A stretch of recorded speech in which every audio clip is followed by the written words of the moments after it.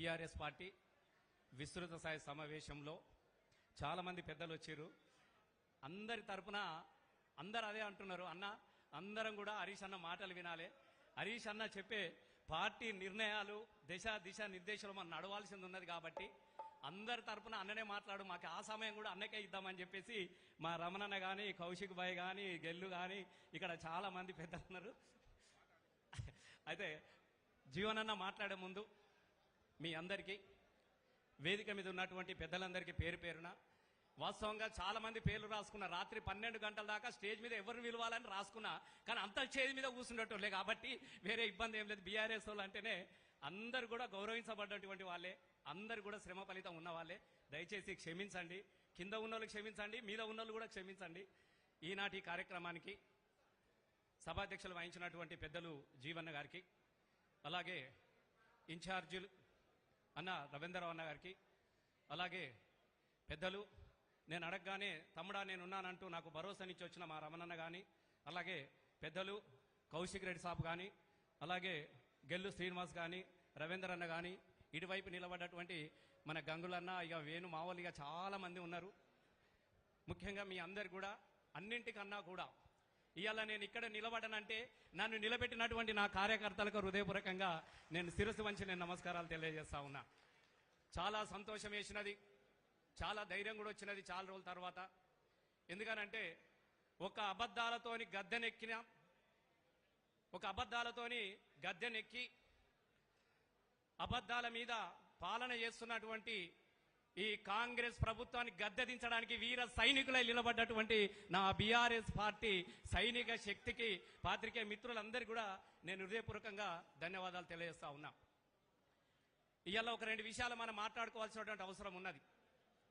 మానకొండూరు నియోజకవర్గం అంటేనే మొదటి నుంచి కూడా గులాబీ జెండాకు అడ్డగా నిలబడ్డటువంటిది మానకొండూరు. ఒక చిన్న మార్పు, చిన్న ఆశతోని ప్రజలు ఒక్కసారి బిడ్డ మీరు పాలితనేగా కాదు, మిమ్మల్ని మరొక్కసారి ప్రశ్నించే వాళ్ళగా నిలబెడతాం మేమని చెప్పేసి మనల్ని ప్రశ్నించే వాళ్ళుగా నిలబెట్టినటువంటి ప్రజలు కూడా హృదయపూర్వకంగా మనం ధన్యవాదాలు తెలియజేద్దాం. ఎందుకనంటే ఇవాళ మనం గర్వంగా చెప్పుకోవాల్సినటువంటి అవసరం ఉన్నది. మా అన్న కూడా చెప్తా ఉన్నా, హరీష్ అన్నకు అయిపోయింది మానకొండూరులా అన్నారు. బిడ్డ ఎవరిది అయిపోయిందో ఒక్క 6 నెలలు ఓపిక పట్టండి అని చెప్పేసి ఇదే గ్రామ పంచాయతీలలో కూడా మేజర్ గ్రామ పంచాయతీ నుంచి 76 గ్రామ పంచాయతీలను గెలిచి మళ్ళీ గులాబీ జెండా ఎగరవేసినటువంటి నా కార్యకర్తలకు మీకు దండాలు తెలియజేస్తా ఉన్నా.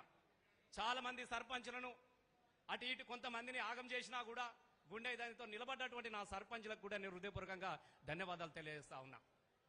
ఇవాళ మనం అలుగునూరులో చూసినాం, ఈ ఆక్సిజన్ ఎక్కడి నుండి వచ్చిందో మీ అందరికీ తెలుసు. ఇవాళ గర్వంతో చెప్తా ఉన్నా, కేసీఆర్ గారి పాలన మీద మళ్లీ రావాలన్న కోరిక ఎంత బలంగా ఉన్నదో ఇదే అలుగునూరు కార్పొరేషన్ ఎలక్షన్ లో ఎన్ని అడ్డంకులు పెట్టినా కూడా అనగదొక్కి కార్పొరేషన్ హైయెస్ట్ మెజార్టీతో ఇవాళ మా అలుగునూరు మా కాలువ మల్లేశం అత్యంత అద్భుతంగా గెలిపించినందుకు, అలాగే ఇవాళ ఇది ఈ గెలుపు మన గెలుపు, మా కార్యకర్తల గెలుపు, మా కష్టపడ్డటువంటి ప్రతి కార్యకర్త యొక్క గెలుపులో ఇలా మా మల్లేశం అని అన్నాడు. నేను ఎందుకు ఈ విషయాలను మీకు గుర్తు చేస్తున్నానంటే మళ్ళీ మళ్ళీ మళ్ళీ మళ్ళీ చెబుతా ఉన్నా, రేపటి భవిష్యత్తు బీఆర్ఎస్ పార్టీది. ఇలా ప్రజలు కూడా కోరుకుంటున్నటువంటి సందర్భం ఉన్నది. మనకు కూడా చాలా మనం చూస్తా ఉన్నాం, రాత్రి 10 మందికి తాగుబోతులను పిలిచి మన ఫ్లెక్సీలను చింపేసేసి మన తోరణాలు చింపితే తెల్లారి ప్రోగ్రాం ఆగుతాం అనుకున్నాడు. బిడ్డ రే నిన్ను పండబెట్టి తొక్కైనా పర్వాలేను, మా పార్టీ జెండా ఎగరేసి తప్ప మా వాళ్ళు వెనుక పోయేటోళ్ళు గారు. చూసినవా ఇవాళ పార్టీ సమావేశం మీటింగ్ లాగా లేదు, ఇవాళ ఒక పండగలాగా ఉన్నది. ఇక్కడ ఒక పండగలాగా ఉన్నది. ఆ పండుగకు మన హరీష్ అన్నను చుట్టపులాగా తోలుకచ్చుకున్నట్టుగా, మనకు అతిథిగా తోలుకచ్చుకున్నట్టుగా ఉన్నది. బయట గంతమంది ఉన్నారు, కూర్చుందామంటే కుర్చీ లేనటువంటి మీటింగ్లు. ఇది మనకు మాత్రమే. ఇవాళ మనం ఈ బలంగా, ఇంత ధైర్యంగా, ఇంత ప్రేమలతోని నన్ను నిలబెట్టినందుకు నీకు ఎల్లవేళల జన్మంతా మీకు రుణపడి ఉంటాను. నేను 100% చెప్తా ఉన్నా. ఓ తెలంగాణ ఉద్యమకారులు ఇట్లా రాగానే 2 సార్లు నాకు గొప్ప అవకాశం ఇచ్చినారు. చిన్న ఏమన్నా ఉంటే కూడా మనసులో పెట్టుకోకండి దయచేసి. ఎందుకనంటే నా ఒక్కని కోసమో, నా మీద కోపం కోసమో రేపు ప్రజల కోరిక మీద కేసీఆర్ రావాలని కోరుకుంటా ఉన్నారు. గా తొవ్వల్ల మనం నడవాల్సిన ప్రజల తొవ్వల్ల మనం నడవాల్సినటువంటి అక్కరే ఉన్నది. కాబట్టి ముందుకు పోదాం. మనకు అనేక మంది అన్న ఉన్నాడు, మనకు హరీష్ అన్న ఉన్నాడు, పక్కనే గంగన్న కూడా ఉన్నాడు. మనకు ఆపదకో సంపదకో నేను ఉన్నానంటూ ఇంతమంది మన వెనుక నిలబడి ఉన్నారు. కాబట్టి ఇవాళ చాలా మంది కేసులు పెట్టిండు. ఇక్కడ చాలా మంది రోజు కేసులు. మా సతీష్ అనే తమ్ముడు ఉంటాడు, వాని మీద అట్రాసిటీ కేసు పెట్టిండు, సోషల్ మీడియాలో పెట్టినని.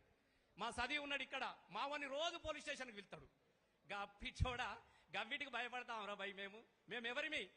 నెత్తురు చిందే దారుల్లోన, నెత్తురు చిందే దారుల్లోన విత్తనాలమై మొలకేస్తాం, నెత్తురు చిందే దారుల్లోన విత్తనాలమై మొలకేస్తాం, విత్తనాలమై. లాఠీలిరిగిన లాఠీలకే భయపడలేదు, తూటాలకే భయపడలేదు. మిస్టర్ కవ్వంపల్లి నీ తాటాకు చప్పులకు మేము భయపడతామారా బాబు బిడ్డ?